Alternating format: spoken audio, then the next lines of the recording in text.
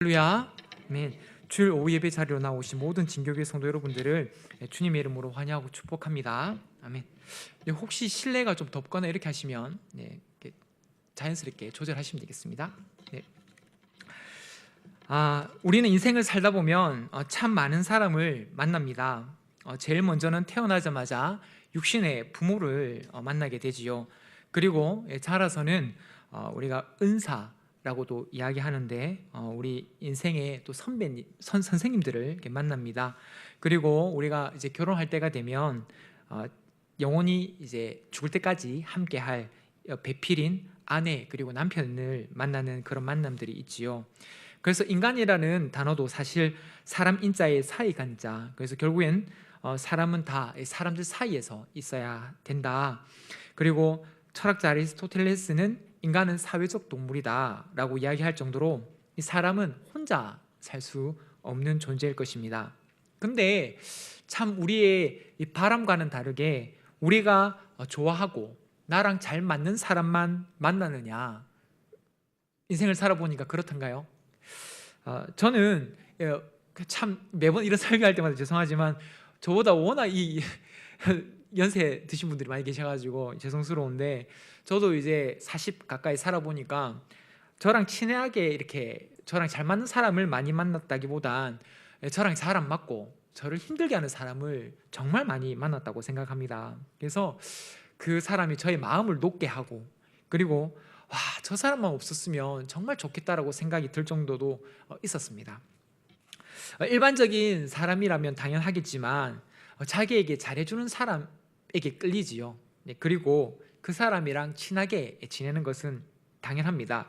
하지만 여기서 또 나올 수 있는 이야기가 그리스도인으로 또 살아갈 때에 어떠한가, 그리스도인으로 살아가면 좋은 사람들만 만나고 그렇게 될 것 같지만 이제 우리가 믿지 않다가 믿은 사람들은 더 그러실 텐데 이제 더 악한 사람들을 많이 만나게 되는 것 같습니다. 그래서 교회 다닌다고 쓴소리도 못하는 경우가 사실은 있지요. 그래서 예수님 믿기 전에는 내가 한번 화라도 한번 내보고 소매 걷어붙이고 한바탕 해볼 법도 한데 내가 예수님 믿는 것 때문에 참는다 내지는 그냥 넘긴다, 이런 거 아니겠습니까? 더 안타까운 것은 이제 교회 안에서도 참 정말 악하다, 어떻게 교회 다니는데 저런 사람이 교회에도 왔나, 이런 생각을 하시는 분들도 계신 것 같던데 저만 그런가요? 그래서 이게 쉽게 사실 답할 수 있는 문제는 아니지요. 그래서 설교 제목이 오늘 보신 분도 아시겠지만 악한 사람으로 인해 괴로우십니까? 라고 제가 감히 한번 제목을 정해봤습니다. 그래서 한번 물어보고 싶습니다. 지금 현재 악한 사람 때문에, 그런 제가 자신이 생각할 때 악한 사람 때문에 힘든 분 계십니까? 그래서 오늘 설교를 좀 들으면서 과연 말씀에서는 어떻게 우리가 이것에 대해서 대처해야 하는가, 한번 은혜 받는 시간을 가지길 소원합니다. 그럼 오늘 말씀을 통해 우리는 악한 사람들과의 관계 속에서 어떻게 이겨내야 합니까? 먼저는 우리는 믿음의 동력자와 함께 이 악한 사람과의 만남을 이겨낼 수 있어야 한다는 것입니다. 오늘 말씀 6절에 그 땅을 정탐한 자 중 눈의 아들 여호수아와 여분네의 아들 갈렙이 자기들의 옷을 찢고, 이스라엘의 그 당시 풍습이 옷을 찢는다 이렇게 할 때는 큰 슬픔을 이제 표현할 때 옷을 찢습니다. 대표적으로 남유다의 요시야 왕이 자신의 슬픔을 표현할 때 옷을 찢은 적이 있습니다. 어떤 경우였냐면 자신의 선조들이 말씀을 지키지 않고 여호와 하나님으로부터 떠난 삶을 살고 있다가 여호와의 성전에서 율법책을 발견하게 됩니다. 서기관 사반이 왕 앞에서 율법책을 읽는데 요시야 왕이 얼마나 슬펐을까요?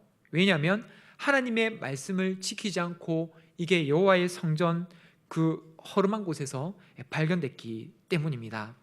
하나님 앞에 그동안 범죄했던 한탄하는 마음, 이스라엘을 대표해서 왕으로서 슬픈 마음을 보여주는 것을 자신의 옷을 찢는 것으로 그렇게 보여주었던 것이지요. 오늘 민수기 14장 앞장인 민수기 13장의 제목은 가나안 땅 정탐입니다. 주일학교 학생들도 재밌어하는 이야기지요.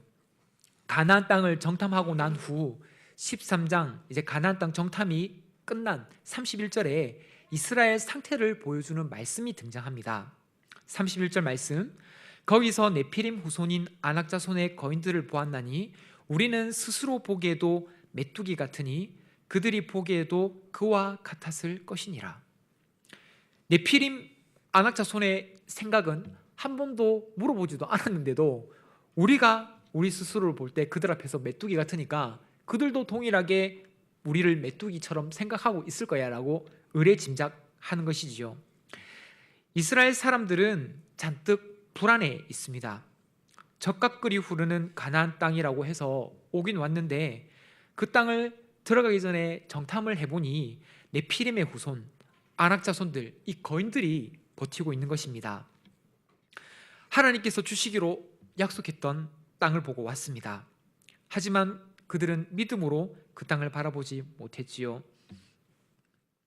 그리고 한다는 말이 오늘 말씀 2절에서와 같이 우리가 차라리 출애굽을 하지 말고 애굽 땅에서 죽었거나 이 광야에서 죽었으면 좋았을 것을, 또 3절 말씀에 어찌하여 여호와가 우리를 그 땅으로 인도하여 칼에 쓰러지게 하려 하는가.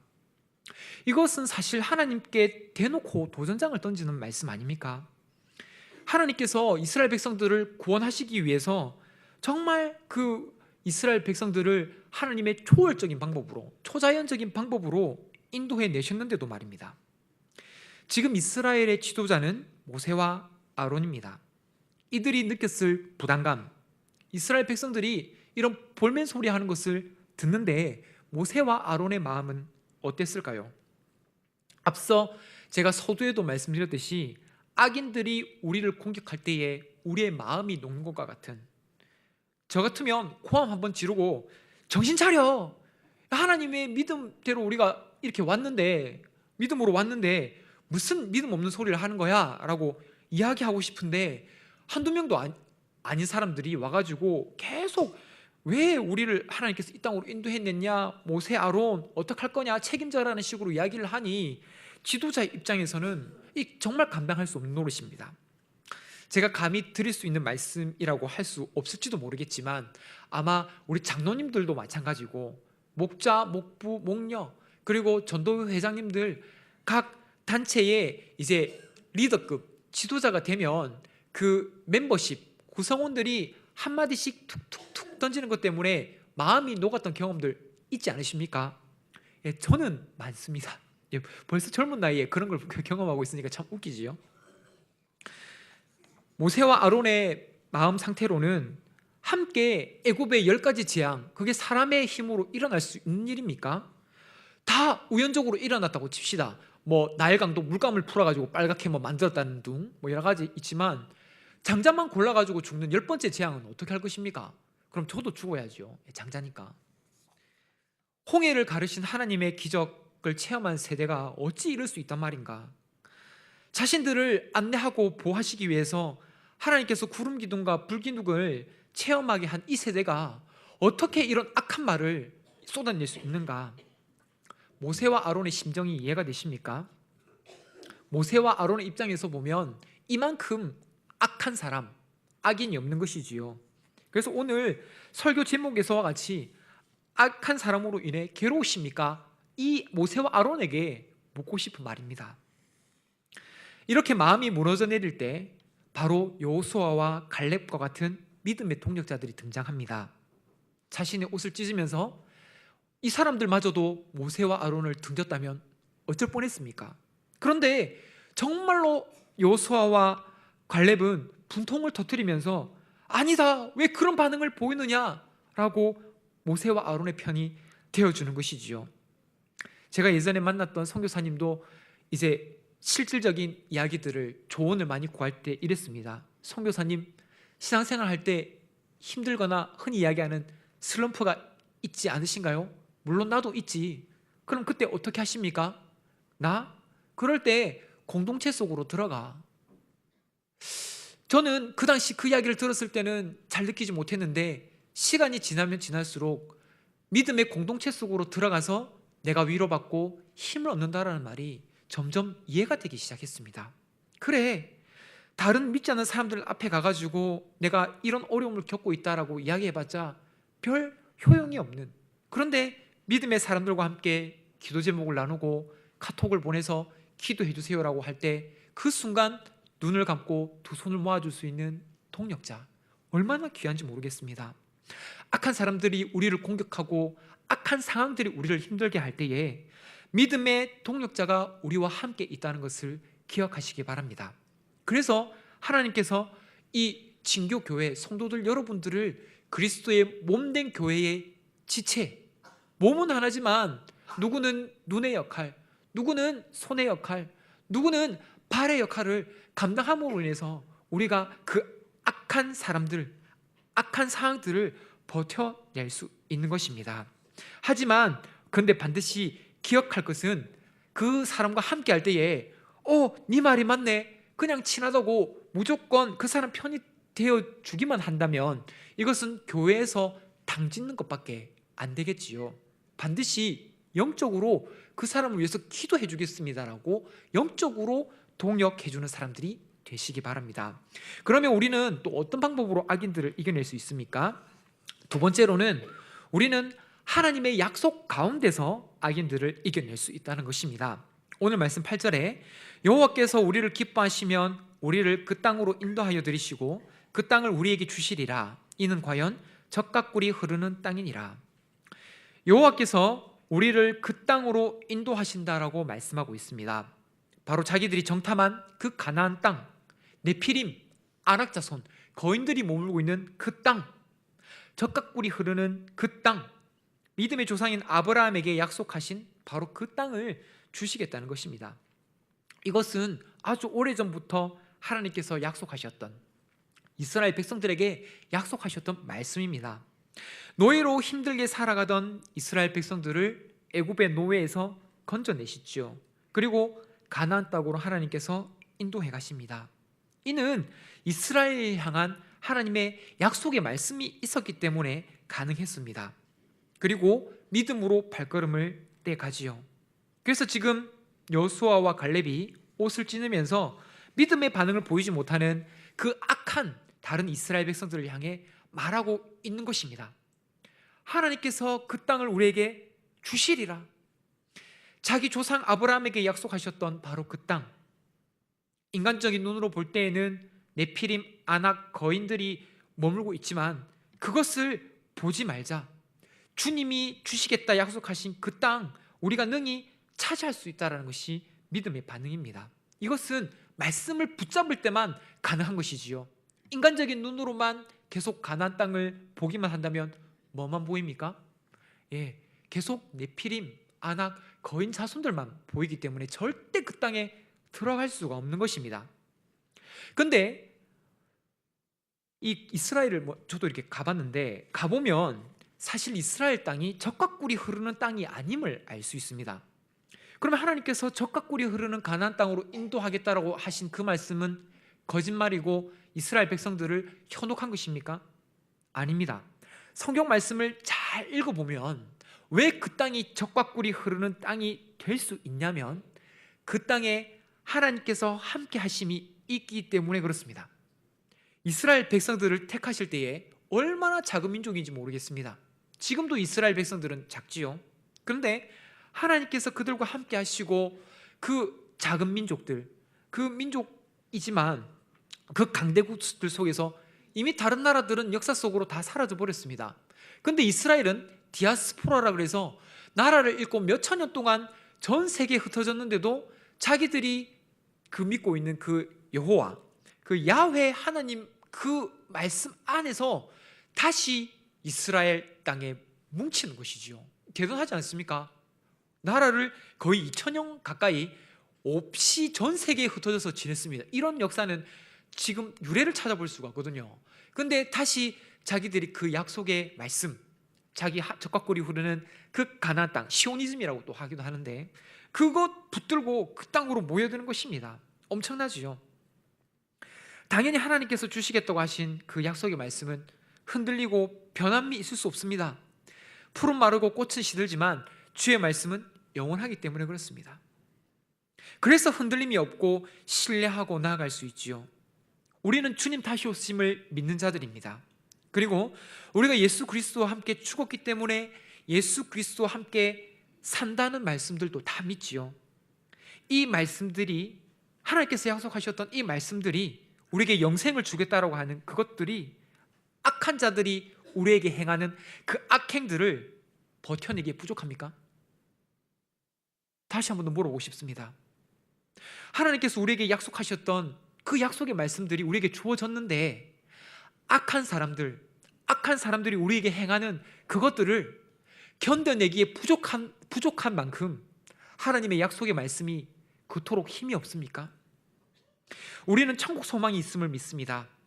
빌립보서 3장 20절, 그러나 우리의 시민권은 하늘에 있는지라. 우리는 하늘의 시민권자입니다.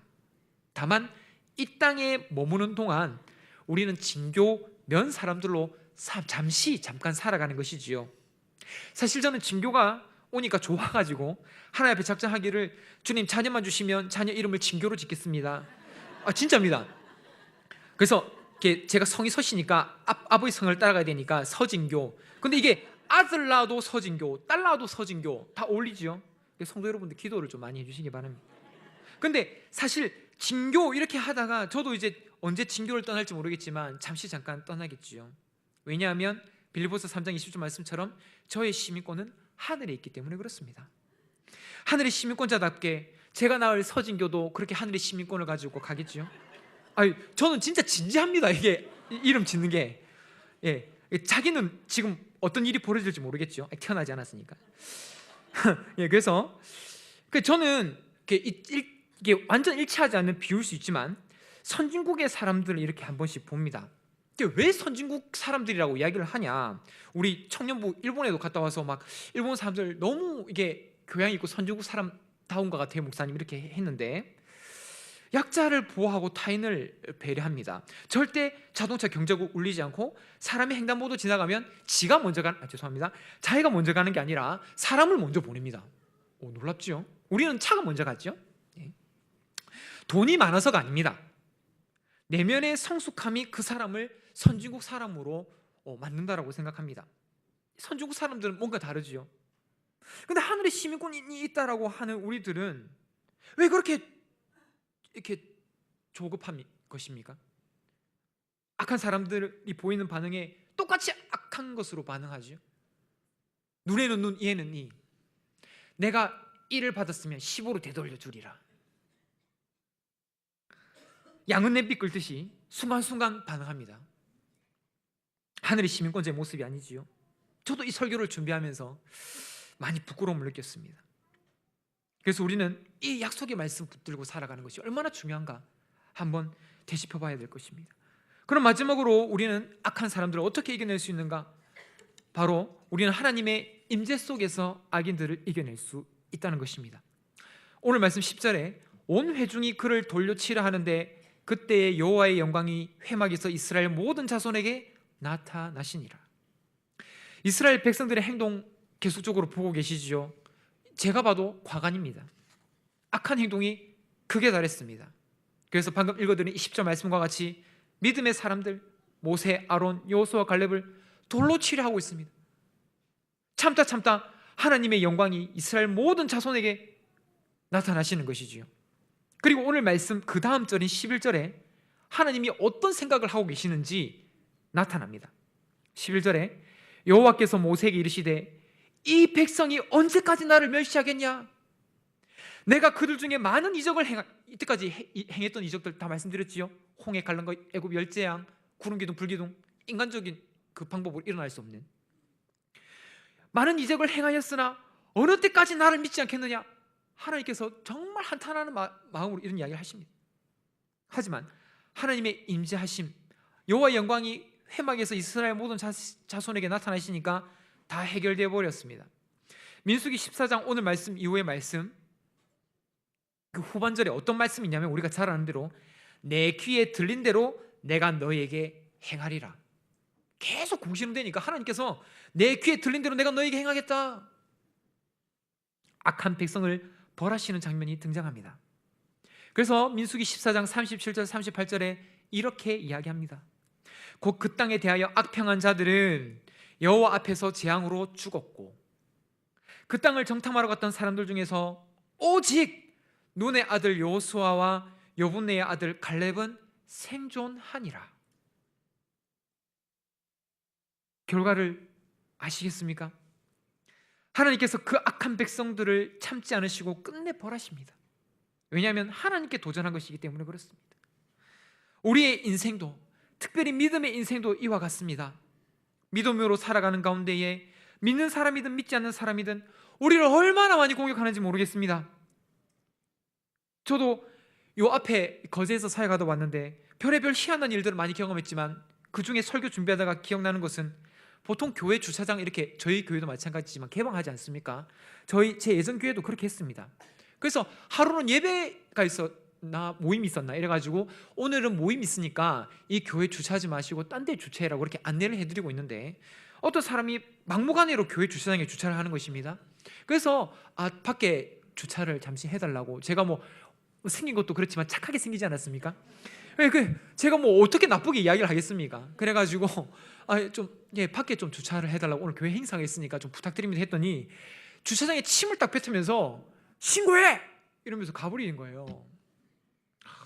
진짜 뭐 제 원래 성격 같으면 이게 하고 싶지만 그렇게 하지 못하고 그냥 이렇게 넘어가는 상황. 어떻게 그런 상황들을 우리가 맞이할 때마다 해야 될까? 이거는 그냥 빙산 일각입니다.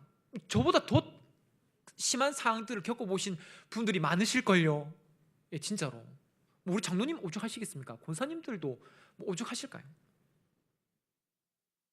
믿지 않는 사람들이 교회라고 해서 더 배려해주지 않습니다. 교회라고 해서 교회 다니는 사람들이네, 이 사람들 보라, 근데 한번 심하게 나가야지, 이러는 것들은 더 많이 경험해봤습니다. 교회니까 더 이게 볼멘 소리 못하는 줄 알고. 사실 이럴 때 저를 부끄럽게 하는 말씀이 있습니다.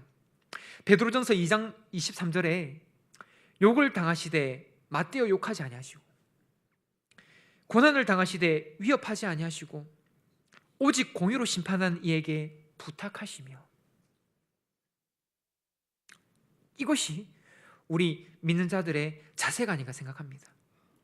아마 역사상 가장 억울한 일을 당했다라고 하면 욥을 떠올리시겠습니까? 아닙니다. 예수님이십니다. 욥은 죄라도 있지요. 뭐 의인이라고 하지만 욥도 결국에는 죄인의 후손 아닙니까? 그런데 예수님은요? 예수님은 죄가 있으십니까? 없지요.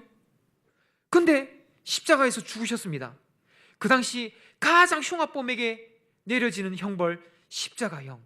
바로 단두대로 이렇게 목을 날려버리거나 망나니들이 날려버리면 그냥 바로 죽을 텐데 그런 것도 아니고 십자가에서 피를 조금씩 흘리면서 탄 듯한 목마름으로 내려가면 몸을 올리고 싶고 또 몸을 올리면 아파서 몸을 내리고 그것을 땡볕에서 계속 하다가 우리 인류의 모든 죄를 다 짊어지시고 죽으셨던 건 아니겠습니까? 하지만 그들은 죄 많은 인생들입니다. 예수님은 어떠하십니까? 죄가 없으신데 그 십자가 형벌을 당하셨다는 것. 제가 만일 예수님이었으면 거기에 있는 모든 로마 군인들이랑 바리새인 서기관들이 모함했던 것들 다 쓸어버렸을 것 같습니다. 이게 불가능할 것 같습니까? 하나님께서 말씀으로 천지 만물을 지으셨기에 말씀으로도 언제든지 천지 만물을 없애버리실 수 있지 않을까요? 하지만 이렇게 하면 이것은 서기철의 방법입니다. 사람의 방법이겠지요. 예수님께서는 절대 그렇게 하지 않으셨습니다. 죄를 대신 지시기 위해서 어린 양 묵묵하게 그 길을 걸어가셨습니다. 사람들은 우리에게 돌멩이를 많이 던지지요. 어떨 때는 믿는 사람이 왜 저럴까 싶을 정도로 교회에서도 저를 향해 돌을 던집니다. 그런 사람들이 던진 돌멩이에 조그만한 그릇 같은 물의 아량을 가진 사람들은 그 돌멩이가 자기에게 던져지자마자 물이 사방으로 튀기 시작합니다. 그런데 호수나 바다와 같은 넓은 믿음, 마음을 가진 사람은 그 가운데에 악인들이 던진 돌멩이가 떨어지면 어떻게 됩니까? 잠시 물결을 일으키고 이내 사라져 버리는 것입니다. 하나님의 임재하심, 하나님께서 우리와 함께 하심으로 인해 모든 공의롭지 못한 것들이 한순간에 해결될 것을 믿으십니까? 오늘 이 악한 이스라엘 백성들에게 하나님께서 영광으로 임재하셨을 때 모든 것이 해결되었던 것처럼 말입니다. 다만 한국 사람들이 성격이 급하기 때문에 자판기에 커피가 다 내려오기도 전에 손을 넣어가지고 이 받아가야 되는, 그리고 차가 서기도 전에 먼저 가가지고 다 이렇게 하는 모습들, 줄을 서는 모습들 있지요. 그래서 뭔가 빨리빨리 되기를 원하지만 사실 하나님의 때에 이루어질 것을 믿으시기 바랍니다. 주님, 저 사람, 악한 사람 어떻게 좀 해주세요. 제 눈에서 좀 치워주세요. 우리 교회에서 떠나가게 해주세요. 그런 마음을 가지고 있을지도 모르겠습니다. 하지만 그럴 때일수록 하나님을 더욱 의지하고, 주님, 제 손에서 해결할 수 없는 영역인 것 같습니다. 주님 손에 맡겨드리니 하나님의 영광의 임재하심으로 주님 해결하여 주십시오. 그래서 사실 이렇게 되기 위해서는 하나님과 날마다 풍성한 교제가 있어야만 가능할 것 같습니다. 그러므로 사랑하는 진교교회 성도 여러분, 우리가 악인들의 행동에, 악한 사람들의 행동에 어떻게 반응하며 살아가고 있는지 살펴봅시다. 힘든 순간에 믿음의 동력자와 함께 기도 제목을 나누고 기도 요청을 하면서 극복해가고 있는지, 하나님의 약속의 말씀을 붙들고 나는 천국 시민권을 허락받은 사람이니까 나는 그 하늘 시민권자답게 그렇게 넉넉한 마음으로 살아가야지, 그리고 하나님의 임재하심을 기다리며 하나님께서 이 모든 것들을 해결해 주실 거야, 이 설교가 끝나도 앞으로 계속적으로 악한 사람을 만날 것입니다. 할렐루야. 아멘 하십니까? 계속 악한 사람 만날 수밖에 없습니다. 그게 심지어는 저일 수도 있습니다. 부정적인 이야기와 나의 마음을 어렵게 하고 공동체를 어렵게 하는 사람을 수도 없이 만나게 될 것입니다. 그럴 때 나의 혈기, 나의 감정, 나의 이성적인 생각으로 반응한다면 우리가 하나님의 사람이라 할 수 있겠습니까? 이제는 믿음의 반응으로 그들을 주님께 올려드립시다. 그래서 하나님께서 그 모든 악한 사람들을 해결해 줄 수 있게 해달라고 하나님께 맡겨드립시다. 다시 한번 설교 제목이지만 묻고 싶습니다. 악한 사람으로 인해 지금 괴로우십니까? 직장 상사, 동료, 다른 또 여러분들, 그 모든 악한 사람이라고 생각되는 분들을 주님께 맡겨드리면서 주님 안에서 더욱더 견고한 신앙생활을 유지해 나갈 수 있는 모든 진교교회 성도 여러분들이 다 되시길 주님의 이름으로 축복합니다. 아멘. 기도